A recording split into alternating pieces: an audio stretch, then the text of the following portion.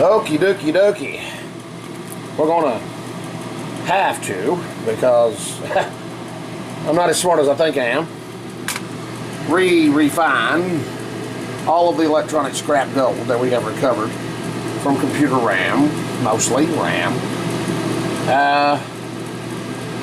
It tested out to about 14K, and I was Mr. Ooh, 24 karat gold, pure gold. Yeah, look at me, Mr. Refiner of the year. Nope, not so much. So that means we're going to have to put it in aqua regia, and hopefully we get a better result this time. I got a surprise. I didn't test it. I assumed, and you know what they say about assumptions. Yeah. This tested out 14 karat gold. Yeah, I got it stamped on the back 24 karat gold because I was Mr. Super Refiner of the Year. So it's roughly 58% gold. That's it. And the rest probably lead and some copper and some crap in it. So we're going to put it in aqua regia and refine it, and we're going to combine it obviously with this gold here. This is well, if I could just keep from breaking everything. That's mostly from our gold filled materials from our previous videos. That is some nice looking gold. Okay, I think we're good there. And well, it's going to be a process, but it's a fun process. And we're going to make a cool video refining our little crosses. And probably one big button.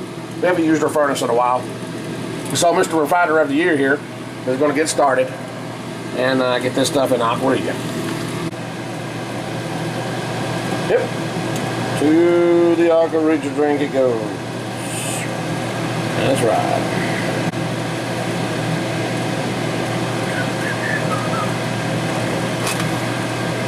Plop. Plop. Oop, won't do that. Fizz. Oh man. We'll let they get warm.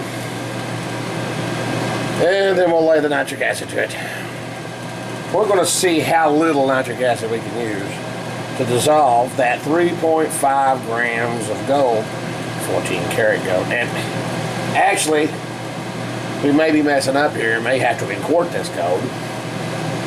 Okay, but we're going to give it a shot and try to put it into aqua regia. And we may be making a massive, massive mistake here. Okay, but I'm good at massive, stupid mistakes. Alright, this is warmed up enough, and I'm getting ready to make a complete idiot out of myself. I just know I am, because this tested out 14K, and I really should incorporate this gold that's in this beaker here, but I'm not. I'm going to add 6 milliliters of nitric acid. We've got about 150 milliliters of warm hydrochloric in the beaker. So we're going to see if the process gets started with that little bit of nitric in this warm hydrochloric. Alright, that's roughly 10 milliliter, between 8 and 10 of nitric acid. And we're going to knock the camera over and it's heating up. It's not where I'd like it to be, but it is going into aqua regia slowly. We're going to test for gold content of stannous. See if we actually have gold going in the solution. I haven't been in my lab in a while and I can't find nothing. And I've ate too many potato chips today. And I'm burping, belching, nasty. Alright. Let's sample this stuff here. See if we got gold going in the solution already. I don't know, but maybe. Sure don't look good. That looks like a big fat nothing burger right there to me. Right, there we go. Yeah, it's slowly going into solution. Got a little purple people action going on there. A little purple power. So we do have gold going into solution. We'll put about 4 more milliliter of nitric in this. That makes about 14 milliliters of concentrated nitric acid, reagent grade. That should get the process rolling nicely.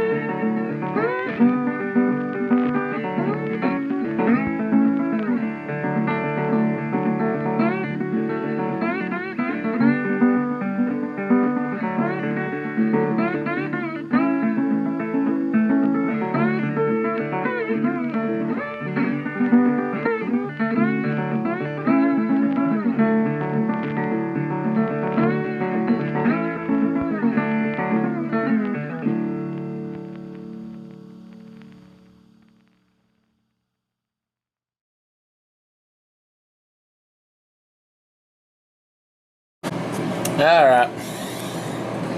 This is going pretty good. Stinks. I don't know what I'm catching a whiff of. Catching a whiff of something. It's dissolving nicely. That's 150 milliliters of hydrochloric acid and 14 milliliters of nitric acid. Reagent grade. That's it. 14 milliliters. It's amazing what you could do with such little amounts of nitric acid. Alright, that reaction's died down a little bit. We're going to go ahead and give it about, I don't know, a couple more little doses of nitric here. See if we can't reinvigorate this reaction without boiling it over, of course. We did add about 25 milliliters of water to give a little bit of room for place for this gold dissolve in. That was, let's see, the reaction already starting back up in earnest. Over about 2 milliliters of nitric. We're going to add one more pipette full. So it'll be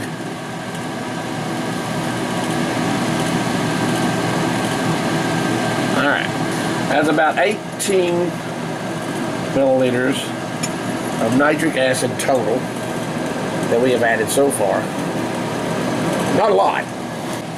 The gold is about probably 15% dissolved. So there's quite a ways to go. I just added about 25 milliliters of tap water, because it doesn't matter.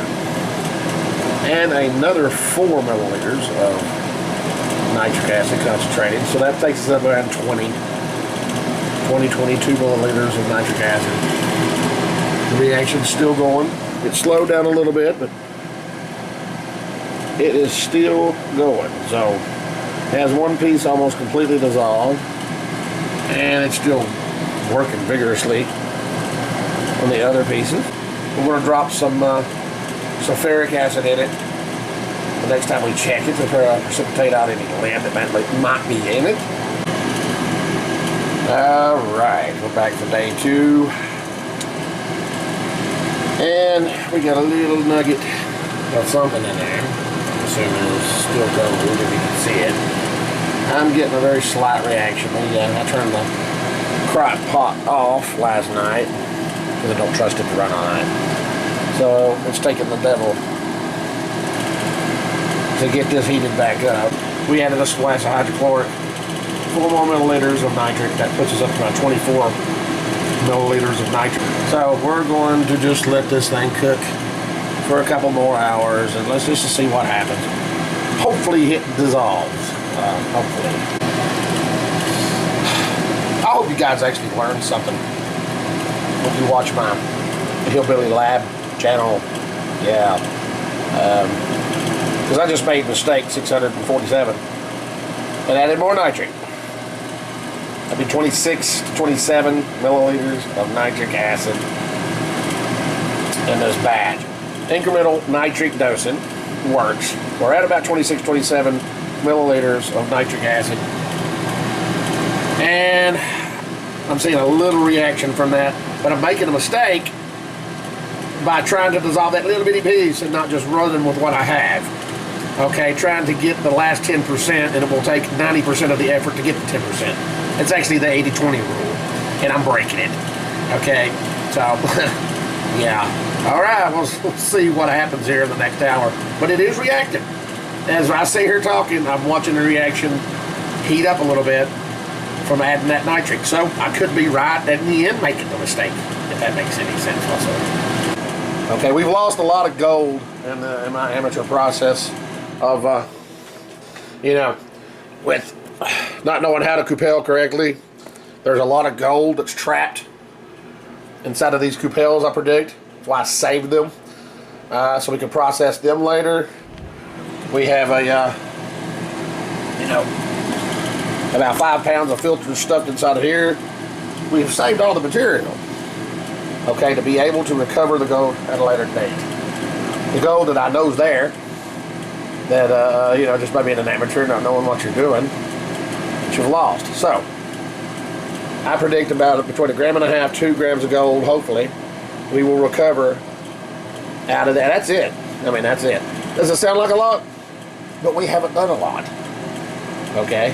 We have a nice little lab / factory set up here with our rusty, you know, chip harvester. That works. That is awesome. We have plenty of RAM chips. I don't know, 1,000 of RAM sticks to process yet. So there's still quite a bit of gold locked up in this.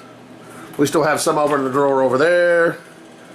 And there, see, we've got a nice drawer full. Well, drawer, some in a drawer, not full, but it's a hobby. It was never meant to be a business. You know, it's fun. I have fun doing it. So, if I recover 5 grams of gold in the whole time I've done this and lose $1,000 in the process, well, you pay to have fun. You know. Okay, update 475.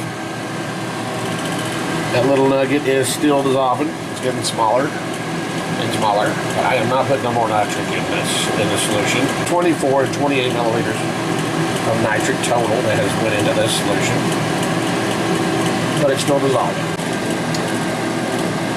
All right, we're done cooking it. We got some kind of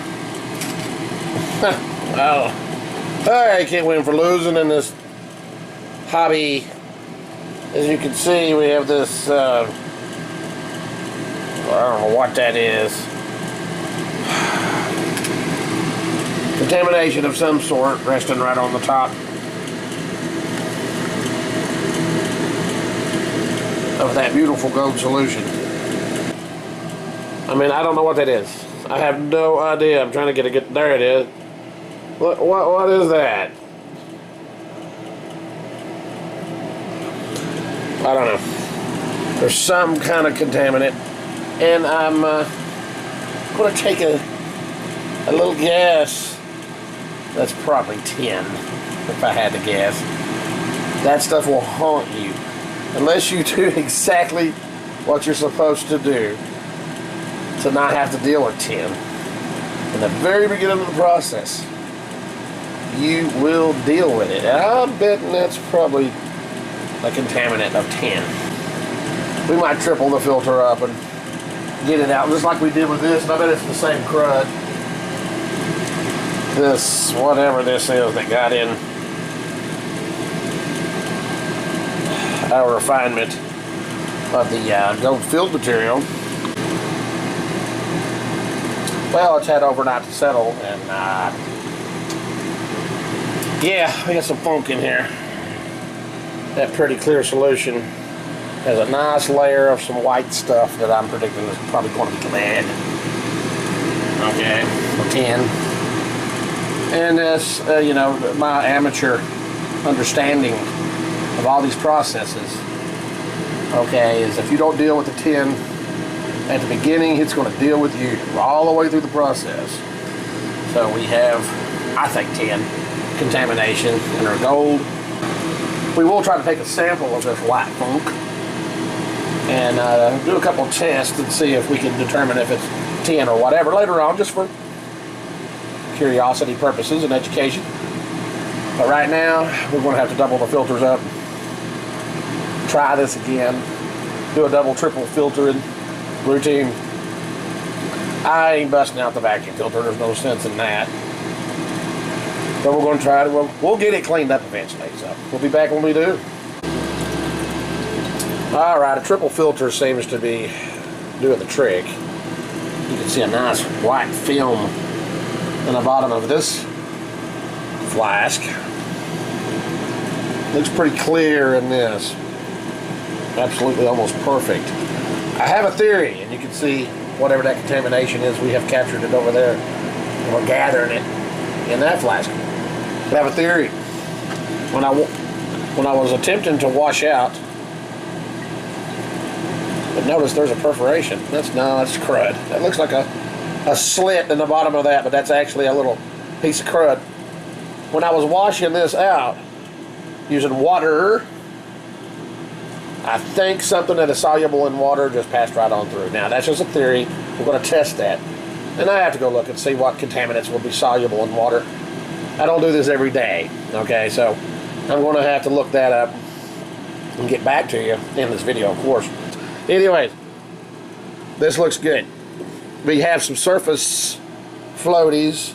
The surface tension of the gold is suspending some of this contaminant. I bet this is going to be tin. But we're going to go through the process. We're going to filter this sucker out. We're going to refine it. We're going to do this right. And then we're going to do our little experiment to find out what this crud is. I'm betting it's tin. You guys in the comments make your bets. If there is any comment. Alright, as you can see, it's pretty clear. I don't think it's 100% exactly where I want it. It's pretty doggone clear though. But I can't tell if that's... Man, it's pretty clear. We're going to call that good. It's about as clear as you're going to get it. Now, you see here, clean flask.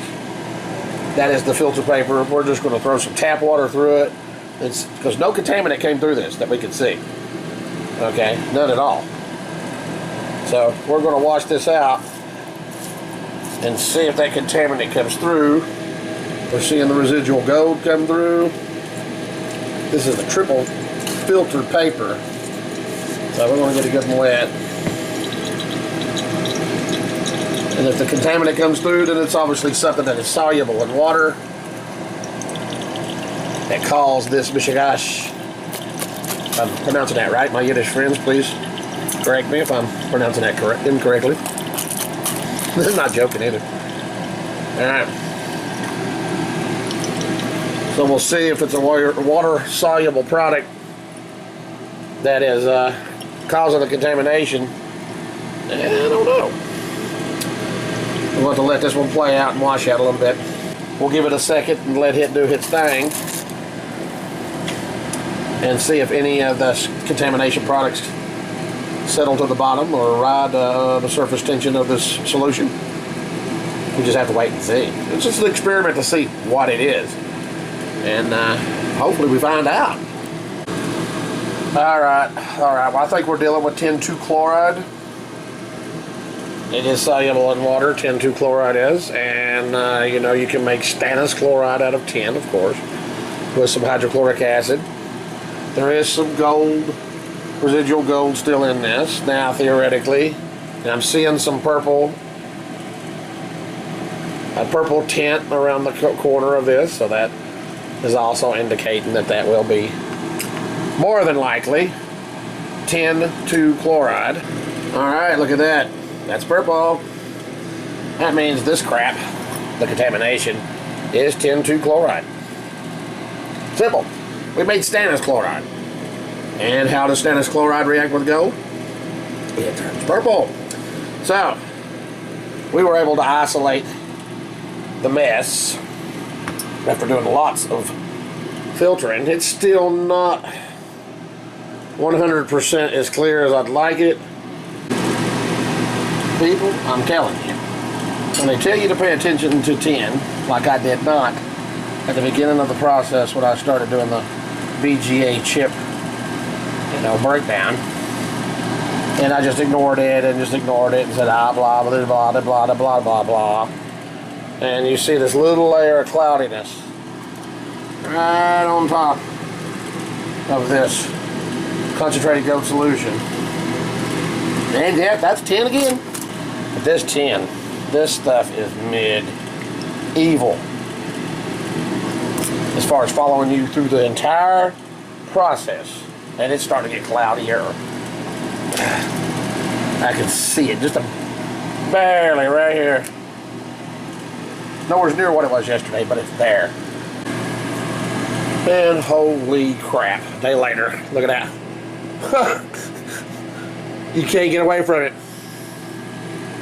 That was crystal clear yesterday, but there was a little bit of fog at the top. And that fog that I saw, obviously, was more tin 2 chloride. That was confirmed with the test we done there. So this tin is just an absolute nightmare. We're going to go ahead and upload this version of the video, because hell, it's going to be 10, 15 minutes long. So, and then we'll come back and try our best to get rid of this tin. There's contamination in this gold, because it is a nightmare. Please, due diligence when you do this refining. Get rid of that tin at the beginning. Get rid of it, or it will come back and bite you time and time again, and there it is.